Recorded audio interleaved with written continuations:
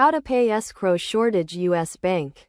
U.S. Bank will send an annual escrow analysis statement showing any surplus or shortage in your escrow account.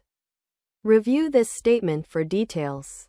Choose your payment option. Lump sum payment. You can pay the shortage in full, which will prevent an increase in your monthly escrow payment. Monthly payment adjustment. If you don't pay the shortage in full, U.S. Bank will likely add the shortage amount to your monthly mortgage payment, dividing it over the next 12 months. Make the payment online. You can pay the shortage online by logging in to your U.S. Bank mortgage account.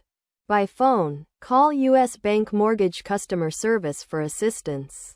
Mail. You may also be able to mail a check for the escrow shortage. After making the payment, check your mortgage statement to verify that the shortage has been addressed and confirm if there are any changes to your monthly payment. Thanks for watching.